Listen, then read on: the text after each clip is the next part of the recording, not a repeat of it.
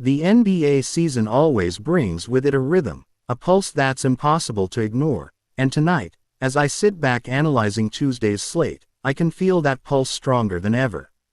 There's a certain energy that comes from dissecting 6 different matchups, knowing that every line, every stat, every injury report could shift the narrative of the night. And this isn't just numbers on a screen.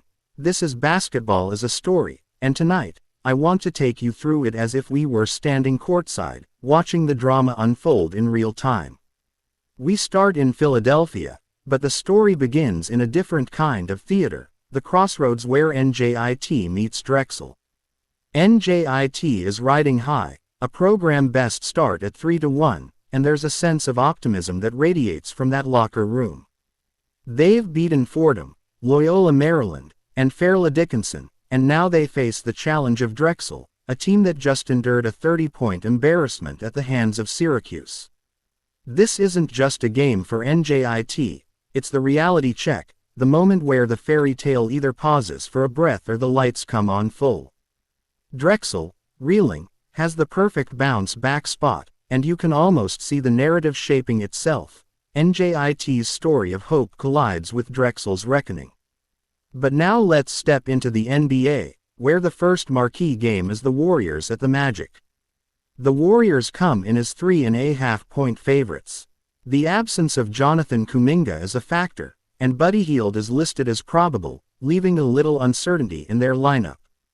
On the other side, the Magic will be without Paolo Banchero and have Jalen Suggs listed as questionable.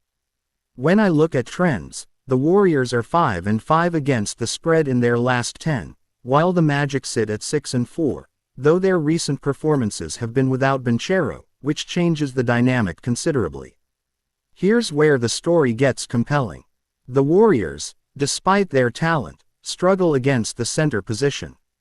That immediately brings Wendell Carter Jr. into focus.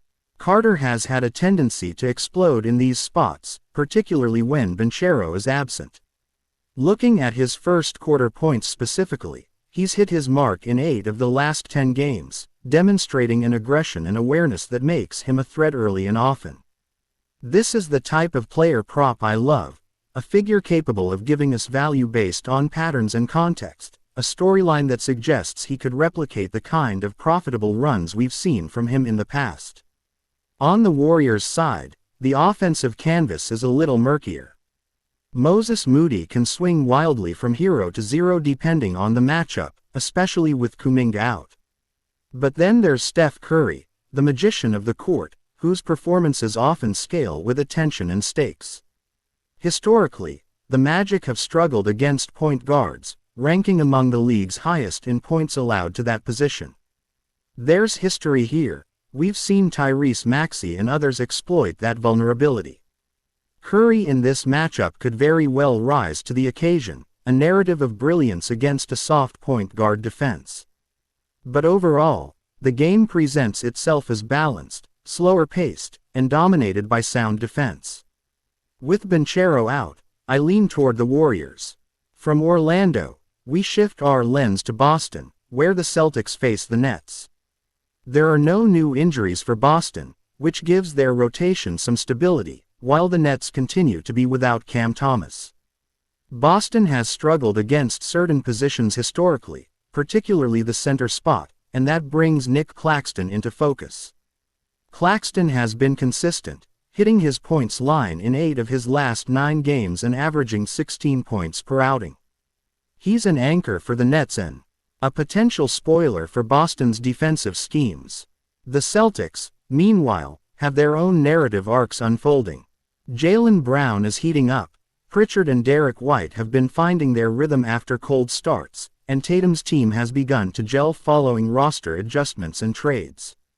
The Nets' defense gives up the 3rd most points in the league and allows the most assists overall. This opens up interesting player prop opportunities, particularly for someone like Derek White. His points and assists lines have been met consistently, and there's an added layer of strategy in considering his first quarter assists, a blowout protecting type of pick that allows us to find value regardless of game tempo. It's the nuance that excites me here. Celtics guards are finding their touch, the Nets center provides a challenge, and yet the matchups favor Boston's emerging cohesion. Against this backdrop, I'm leaning toward Boston to secure a double-digit victory, a testament to defensive discipline and offensive balance converging at just the right moment. Our third narrative takes us to Detroit, where the Pistons face the Hawks. The Hawks enter as 1.5 point favorites, despite Trae Young being sidelined. The Pistons have been impressive against the spread, going 8-2 in their last 10 games, though recent back-to-back scheduling could complicate matters with Cade, Tobias Harris, and Isaiah Stewart potentially returning. Injuries on both sides introduce an element of uncertainty, and that's precisely where storytelling in basketball becomes fascinating. A lineup's potential impact cannot always be measured by stats alone.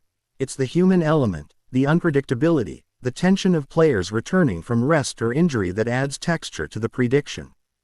Jalen Johnson has been particularly impressive for the Pistons in this context, thriving in Young's absence. If Asar Thompson returns, there will be a contest in rebounding and passing, a duel of talent and positioning that could tilt the outcome. While lines are not fully available due to these variables, hypothetically, if all key players participate, I lean toward the Pistons grabbing an upset on the road. It's a scenario shaped not just by numbers but by momentum, matchups, and the subtle shifts that occur when talent meets opportunity. At this point, I pause to reflect on the beauty of these games. Each matchup tells its own story, yet collectively, they map out a night of NBA intrigue, players stepping up when opportunities arise, teams adjusting to injuries, and strategic gaps exploited by smart analysis. The Warriors' center weakness, the Celtics' guard momentum, and the Pistons' underdog potential all intertwine, and as I track these threads, it becomes clear that basketball isn't merely a game of numbers, it's a narrative, and tonight, we are the chroniclers. The night continues, and our attention now shifts to Memphis, where the Grizzlies face the Spurs in a matchup that feels like a study in adaptation. The Spurs are listed as 6.5 point favorites, but the absence of Stephon Castle, Dylan Harper, and Victor Wembanyama completely reshapes the battlefield. The Grizzlies, meanwhile, will be without Ja Morant for several weeks, meaning the responsibility to carry this team falls on the shoulders of players who are used to being role players, but tonight are suddenly the leads in a narrative that demands them to step up. Aaron Fox is the first player to catch my eye. His line sits at 25-plus points, and in a matchup that blends Memphis's fast pace with San Antonio's vulnerable point guard defense, it's a prop that feels almost inevitable. Fox thrives when the floor opens up and the tempo accelerates, and the Spurs, with several key pieces missing, provide the perfect storm. Every fast break, every transition, every pick and roll becomes a potential payday, a story unfolding in real time as Fox takes command of the game. Then there's the intriguing subplot of Zach Edey, who recently returned from injury and made a surprisingly strong debut with 25 minutes against the Cavaliers. The context is important. Wembanyama's absence forces Luke Kornet into the frontcourt, creating mismatches and opportunities for Edey to generate points off offensive rebounds and pick and rolls. His line and even the possibility of a double-double at plus 185 create layers of value that don't just hinge on performance, they hinge on opportunity meeting preparation. Cedric Coward adds another dimension. Typically coming off the bench, he's been remarkably consistent, scoring in double digits in all but 2 games this year. Now, stepping into the starting lineup, his minutes and touches are likely to increase, which could make his points line, just above 10, a solid target for those looking to exploit volume and role expansion. These aren't just predictions. These are stories of players taking their moment, seizing it, and creating outcomes that surprise both opponents and observers alike. The lean here, despite San Antonio's favored status, is toward the Grizzlies. The backups are hungry, the pace is favorable, and the Spurs' missing stars mean that this is a narrative of resilience meeting opportunity. Basketball is often about which team can adjust fastest, and Memphis's reserves have the chance to prove they belong on a stage much bigger than they've been given. From Memphis, we journey west to Utah, where the Jazz travel to take on the Lakers. The Lakers come in as 12.5-point favorites, a substantial margin influenced by both their strength at home and the question mark surrounding LeBron James, who is listed as questionable after practicing. On the Jazz side, Kyle Anderson, Kyle Filipowski, and Taylor Hendricks are all questionable, adding layers of uncertainty to rotation and matchups. This game carries a layered narrative. The Jazz are 5-5 against the spread in their last 10, while the Lakers are 8-2, a sign of consistent form punctuated by two anomalies: a win over the Thunder, one of the hottest teams, and a blowout loss to the Hawks, another team peaking at the right moment. When I look at matchups, it's fascinating to see how the Jazz give up the third most assists to teams. This creates an angle for looking at Luka Doncic's, or in this context, perhaps a similarly orchestrating guard's, first-quarter assists, which he has hit in 7 straight games. This prop feels like a strong blowout protecting play, giving value even if the game runs away. Austin Reeves' full-game assist line is another gem. He has gone over in 7 of the last 10 games and 73% of contests this year, providing another option for those who expect a competitive first half. Then there's Rui Hachimura, whose three-point shooting has been nearly automatic, hitting the line in all but 2 games. With LeBron potentially returning on a minute restriction, Hachimura's volume may be affected, but that same restriction could make his upside in points and threes even more profitable for those who monitor the line closely. For the Jazz themselves, blowout potential exists. The Lakers give up the 6th most assists to point guards, which brings Keontae George into play. He has hit his assist line in all but 2 games this year, a high-probability opportunity in a matchup that could favor aggressive guards. Yet, the Jazz struggle on the road, hitting their spread in just 2 of 6 games away from home. With the Lakers at home and a possibly limited LeBron, the prediction leans toward a double-digit win for Los Angeles, a demonstration of defensive discipline, depth, and home court advantage asserting itself. Finally, the night brings us to a matchup that promises fireworks: the Suns at the Blazers. This is a game that could easily define the tone for the evening, with both teams having dynamic scores and evolving roles. The Blazers are slight favorites at 1.5 points, but injuries shake the narrative once again.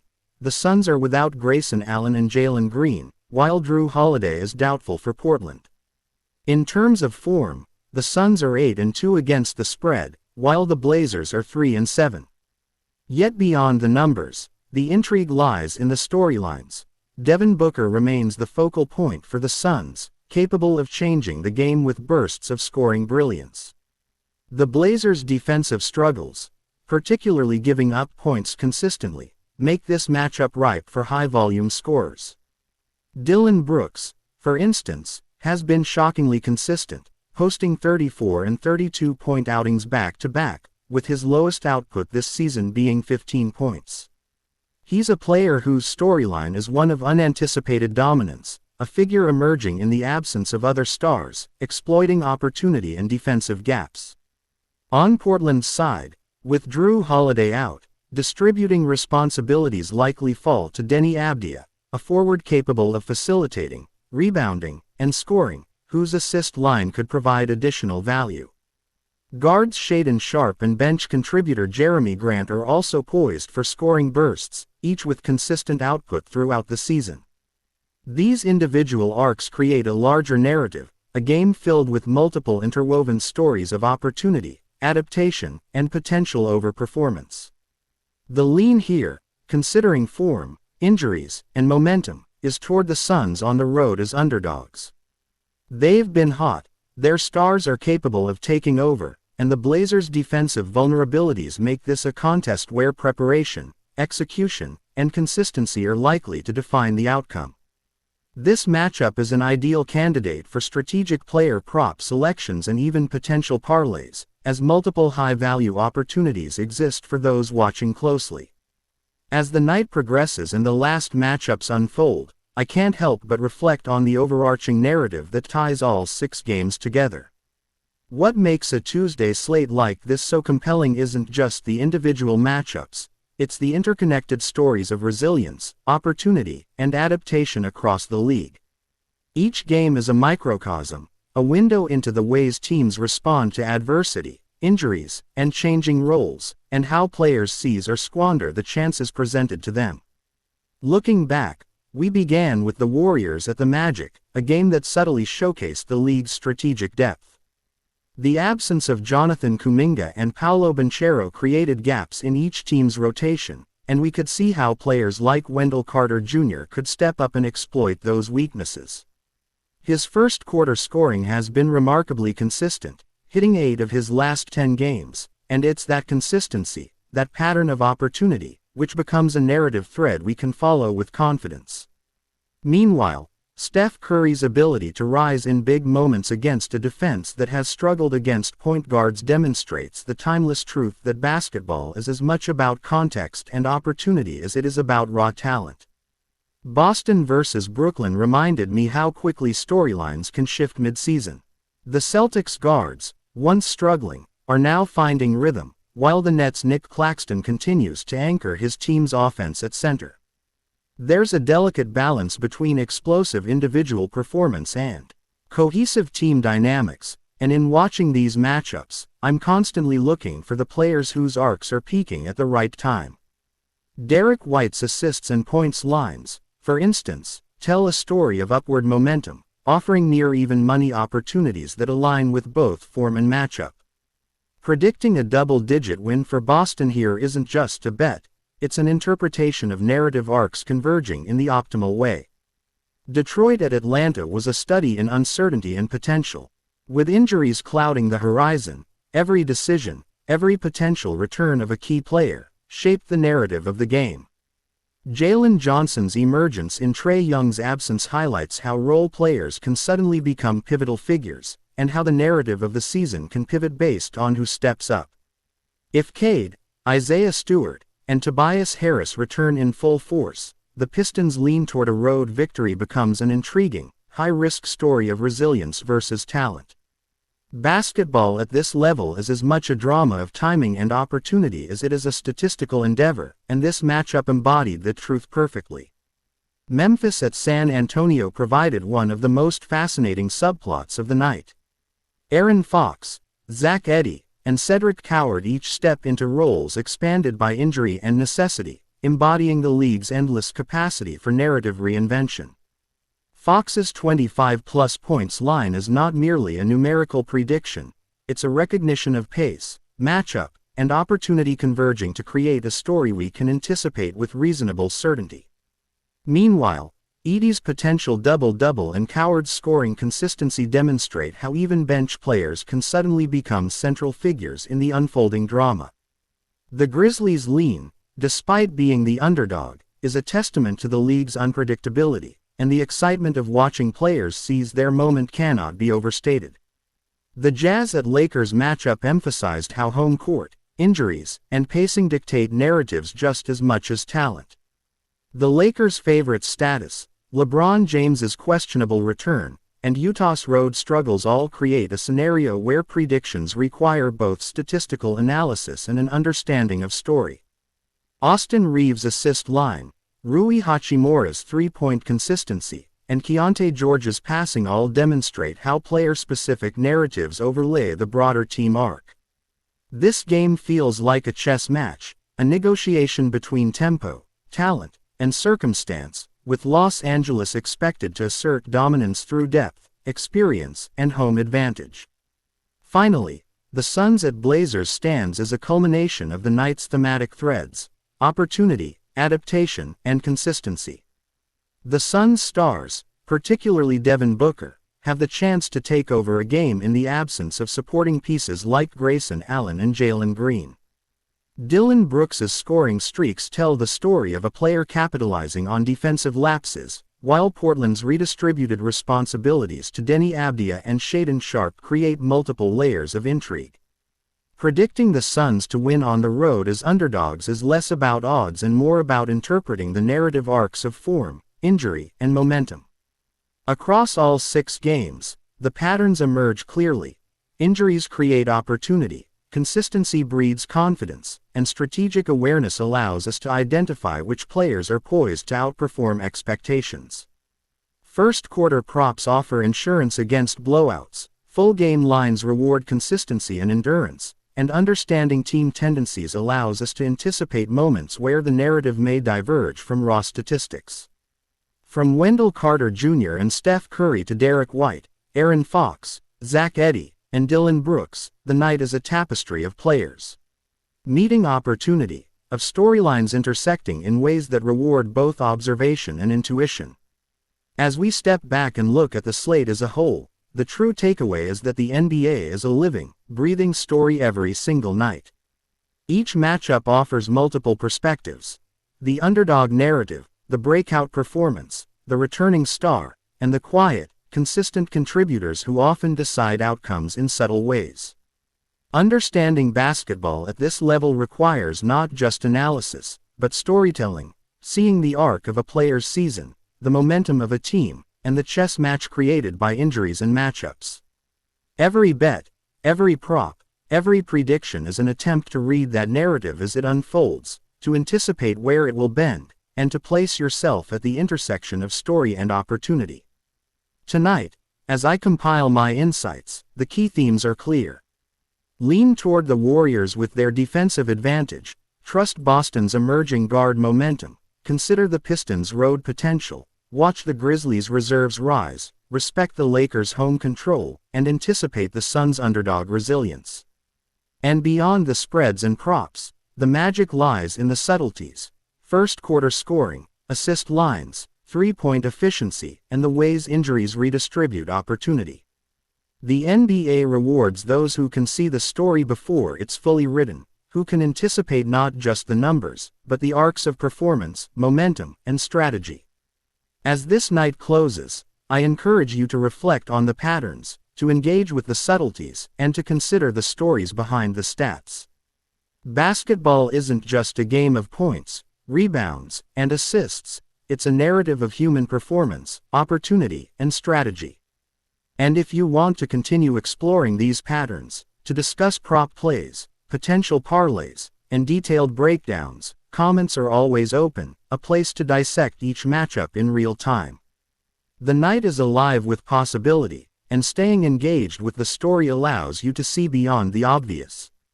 So as we wrap this analysis, remember this: opportunity in basketball often comes from the unlikeliest sources: role players stepping up, defenses faltering, momentum shifting at a critical juncture. Watching these arcs intersect, understanding them, and placing yourself in a position to capitalize is where the true insight lies. Make your moves wisely, follow the patterns, and embrace the narrative of the game.